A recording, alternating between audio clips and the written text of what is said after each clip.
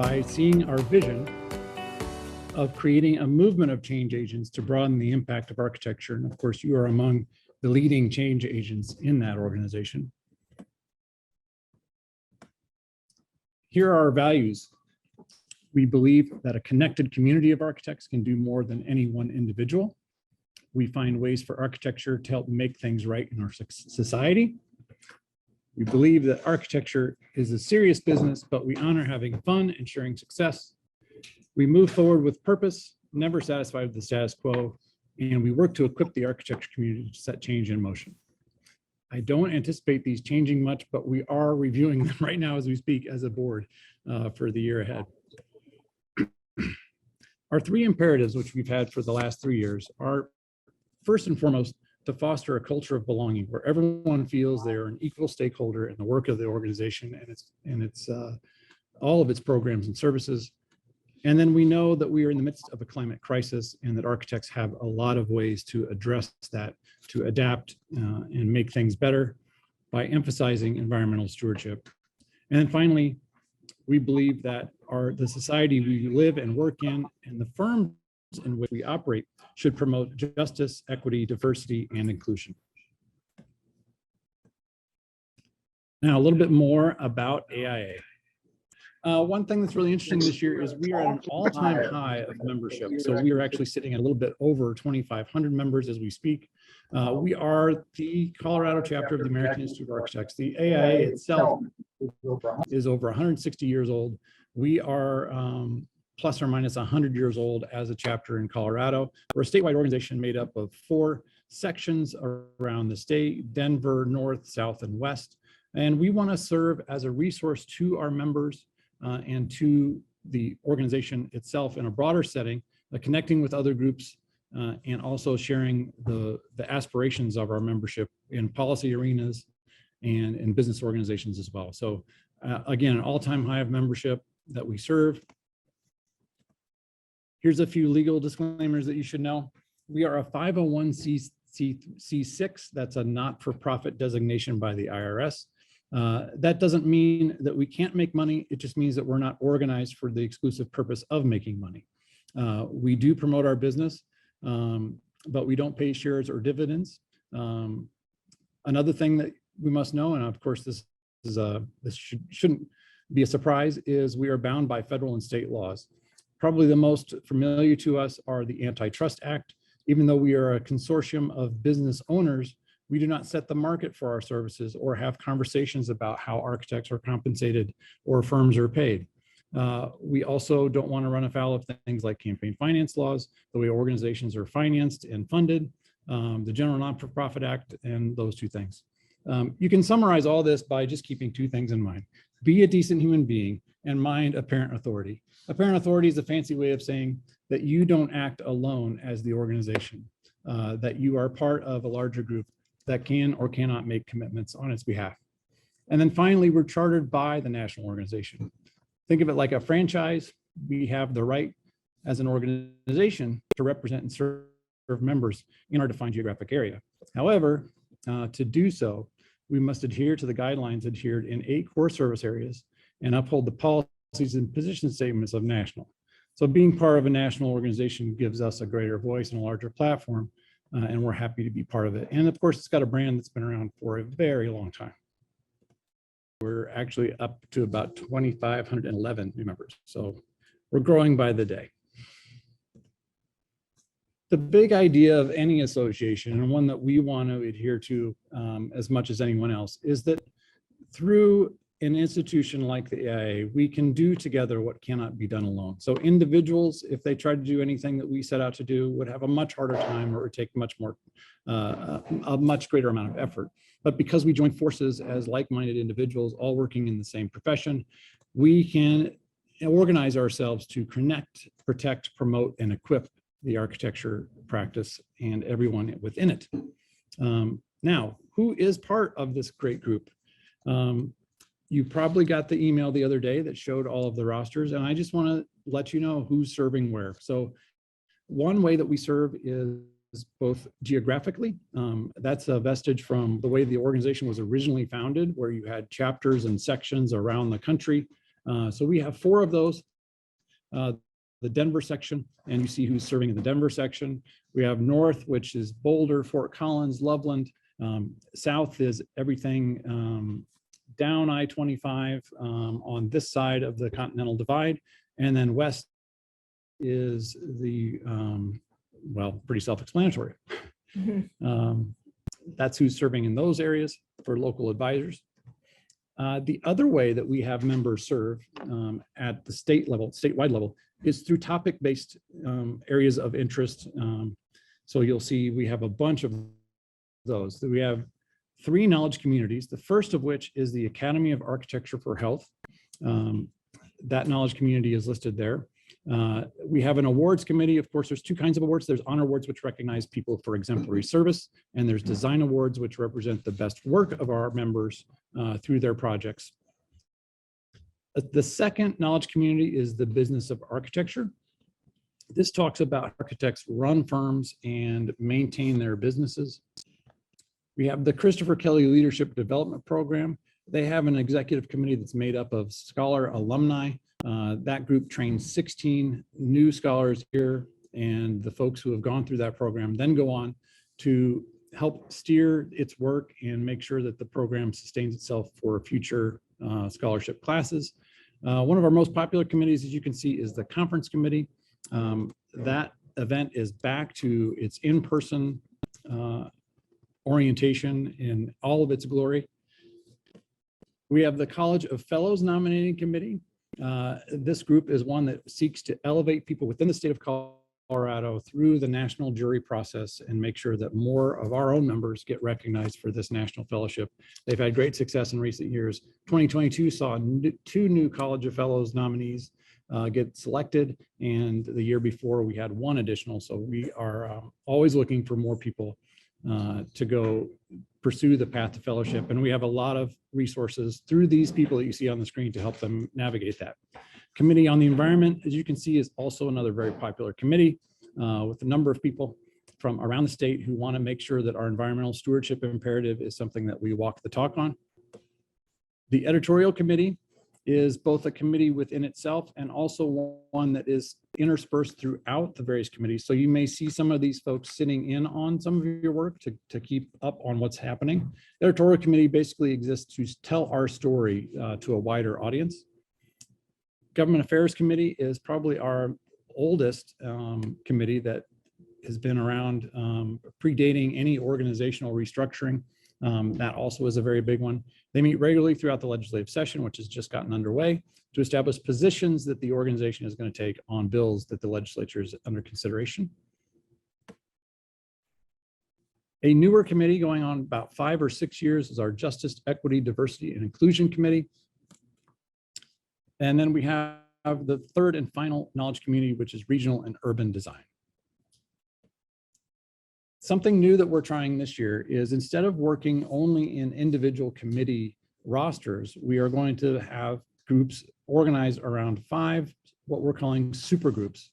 These areas are primarily the 4 you see outlined in blue on your screen. Of course, connecting all of these together and making sure that you're well resourced is the governance group.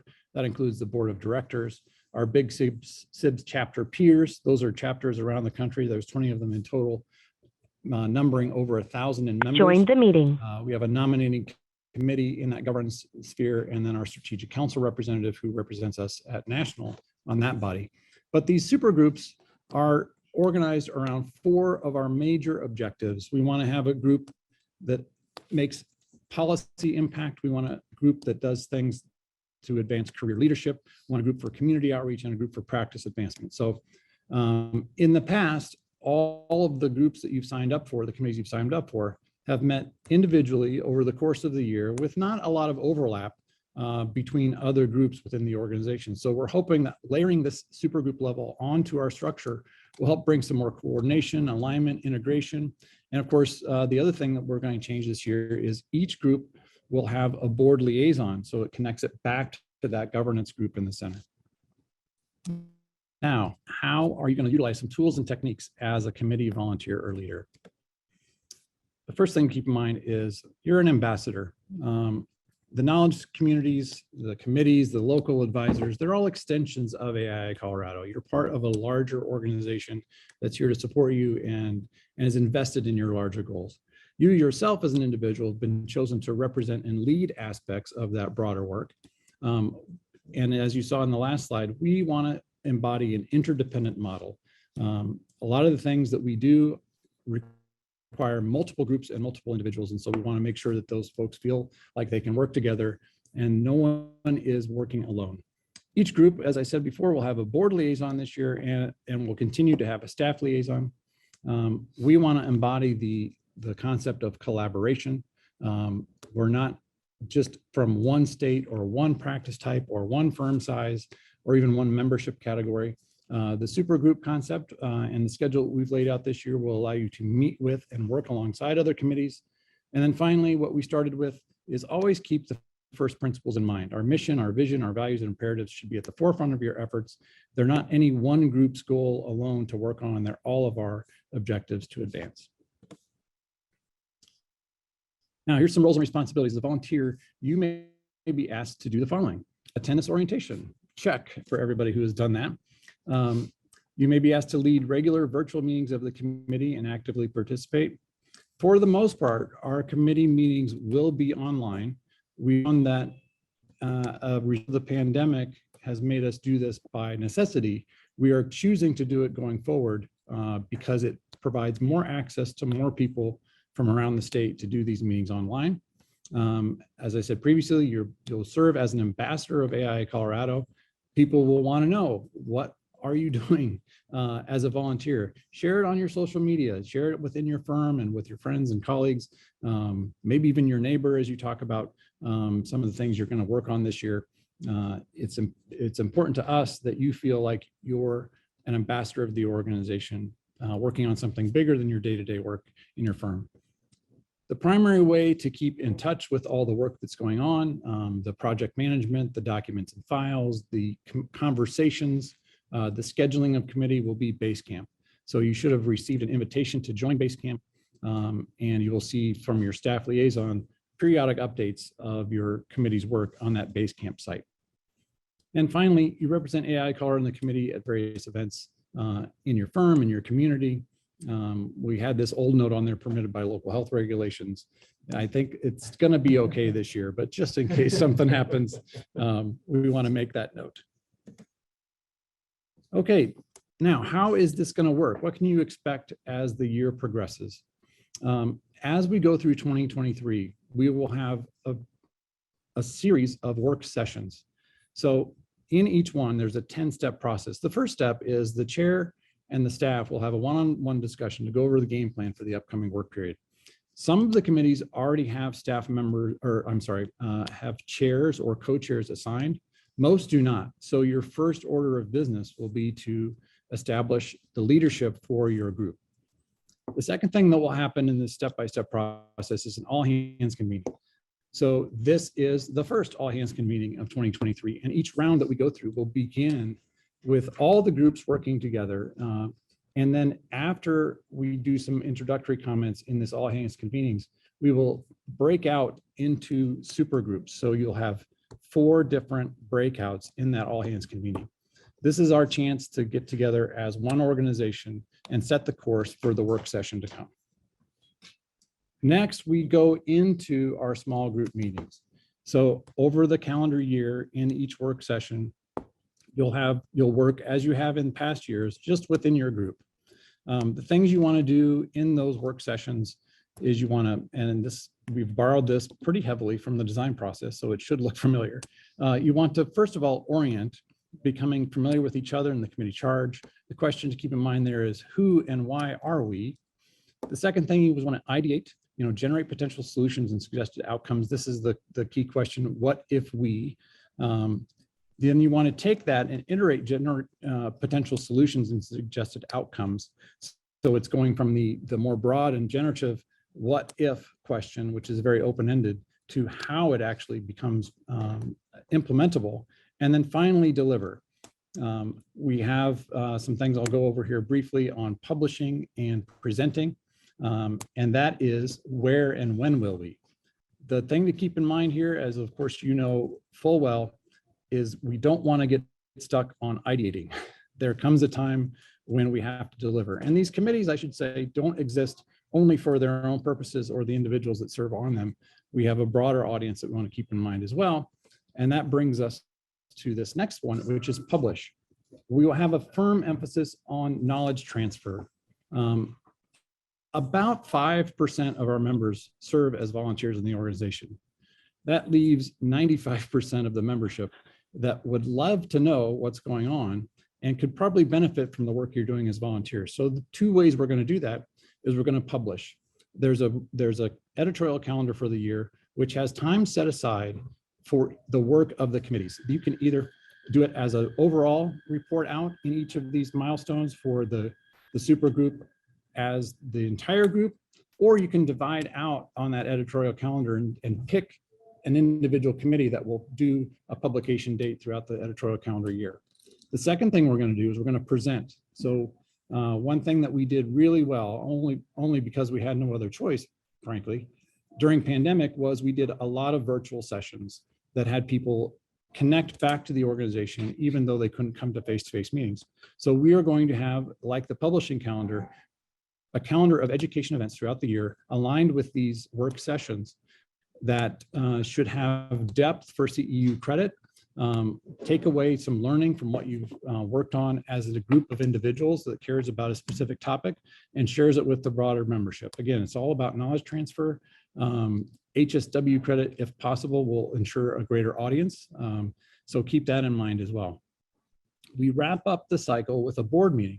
So because we have board liaisons serving across the organization in each of these committees, they'll be able to come back to the boardroom and share some things that worked well, some successes they've had, some challenges they've had, and then reset for the session to come with some guidance on how to proceed for the next round of work session. Then finally, the debrief of lessons learned and archiving the work so we don't forget what we've done ensures a smooth handoff to the next round. And this again will be your board leadership and your staff liaison with the committee chair. How does this work in real life? So that was the 10-step process of what goes on. What does this look like for dates? Here are the rounds. So we have 5 rounds. Don't get too worried about writing all these down today. We've got this, we'll have this available in each of your Basecamp project sites. You'll also receive calendar Outlook invites as well, so that you can populate these on your work calendars. But this is what the rounds look like. So round 1 is going to be from early January to mid-March. You can see how the committee meeting dates shape there. That's the bulk of the work happens January 26th to February 16th. Then you move in from the internal point of view to the external. So you're pushing information out on that publish and present dates. And then you're going back to the governance group to make sure that we stay online and get you the support you need to move forward for the next round. Then again, round 2 happens mid-March to mid-May. Round 3 takes us into the summer. And again, very similar. The only thing that's changing on these is the dates. We're going to have the same, number of meeting dates. We start with the all hands convening. Then we've got round 4, which is our fall. Well, a date we don't have set yet that you see there holding on the calendar is for awards. And then finally, the last round will be take us through the end of the year. A key date that we've got to keep in mind there is November 15th to 17th, the Practice and Design Conference, which will be back in Keystone. So that is how the calendar will look like this year. It's a little different than we've done in years past, but what that allows us to do is take the work that you're doing, and instead of just assuming that every month we're going to gather and try and accomplish some things. And I have to say, a lesson that we've taken from last year is that if you've got a committee of 20 people and 10 people show up at a meeting 1 month, the next month you have a meeting and it's 10 people, but it's a totally different 10 people. It's really hard to get things done and keep moving forward. So what we're trying to inject into this process with these rounds of sessions is the ability for you to work in smaller subsets of time where you can break a project down into a cycle and really have a sense that we got to get through these meetings and have the people who are able to show up continue to move us forward, and not, you know, sort of rehash things that we've done.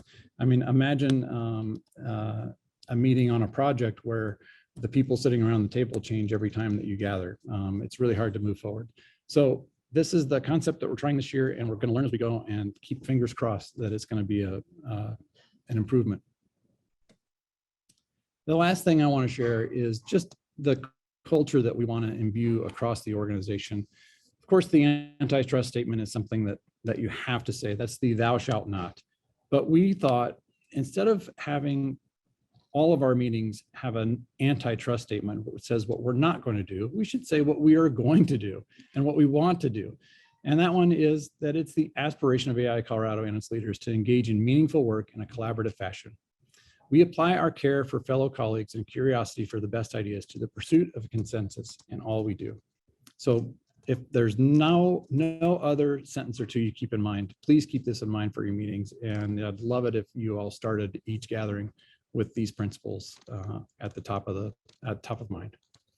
Okay, that is a quick walk through the PowerPoint and some of the things that we're expecting for this year. Most importantly, did we cover what you were hoping to have covered today? Is there anything confusing? Would you like more clarification? I don't have to be the only one talking here, because I can show you the room of all of our lovely board members who are also here to answer questions with my staff colleagues as well. So feel free to jump in. I'm going to start looking at the chat. Okay, one note in the chat: Basecamp invites for 2023 will be sent out to each person for your group. Question from Jen: when can we expect to see the Basecamp invites? Which is a great anticipation of that announcement I just made.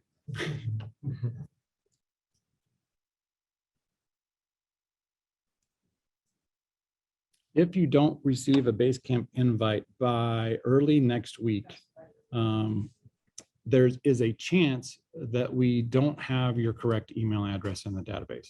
So in case a week goes by between this meeting and you haven't seen a Basecamp invite, contact Amy on staff, and we'll make sure that we have the right email address, or there's always a possibility in today's world that it might be in your spam filter. So we'll figure out a way to call that out for you.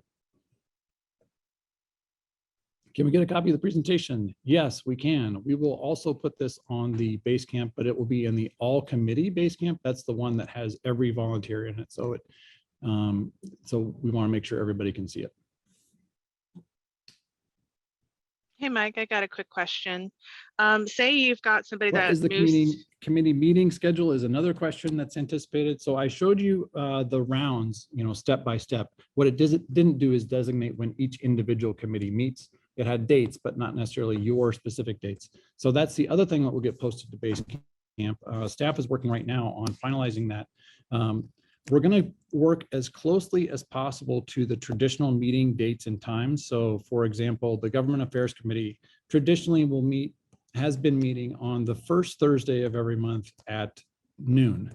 We're going to stay pretty close to that. So if you've got a traditional time, if you're a returning committee member that you're used to, we'll be as close as we can to that. But you'll also see that get populated to Basecamp and be attached to a calendar Outlook reminder, so you can put that in your calendars as well. The number of meetings, I'll say this up front, will be less than we've had in years past. Instead of a presumption of we're meeting every month no matter what, we are going to meet in most cases 5 or 6 times as a individual committee group. Now there's also going to be the bookends of that, where the chairs and the board and staff liaison are meeting at the front end. There's going to be the all hands committee convening, where we meet in super groups as well. So the individual committee meetings will be less frequent, but we have other meetings that will complement and hopefully enhance that work. Say hi to President Sarah Brown. I just want to take the opportunity to thank everyone for your participation and your willingness to volunteer with AIA. We have a very fun year ahead. And as Mike said, we're really trying to streamline this and make it very impact focused and very purposeful with our time. that all of us are willing to volunteer to the organization. So please don't be shy, reach out with questions. Amy put her email into the chat as well. And you can reach out to me as well as Mike and really anyone on the board with any further questions. Oh, Kari has a question. How would people join later in the year? This is a great question. So the way we had done it in the past was it's almost a one and done. You know, there's a single committee application deadline and you sort of proceed through the year. We're hoping that by doing the calendar the way we've set it up with the 5 rounds with breaks in between, in addition to the publishing and presenting, that we might generate more interest among members than that 5% we get right now. So if in one of those break periods, let's say we do publish an article that a project that a committee is working on, or we have a presentation and somebody says in the chat at the end of that presentation, I love this, how can I help out? We would then reopen up that committee application that you've all filled out, take that input for the individual, make sure they're members, because of course these are opportunities in a membership organization that are reserved for members, and then be able to plug them in for the next round. So if we present at the end of round 1, somebody contacts us and says, I want to help, we get them plugged in and they're ready to go for round 2. Well, thanks for your time today. We don't have to take any longer than we do. We'll just chalk it up as we're incredibly efficient and you're great learners who absorbed everything that was said. Again, I want to thank you all for the time commitment that you're embarking on this year and all the great work that's going to be accomplished. I know we're going to have probably our best year yet because of the foundation that we've built under previous volunteers and the way we've structured our time to organize for impact. And that's the objective. So we'll have fun, we'll connect, and we'll make a difference. And that's all thanks to you. Have a great day, everybody. And we'll see you at your next meeting.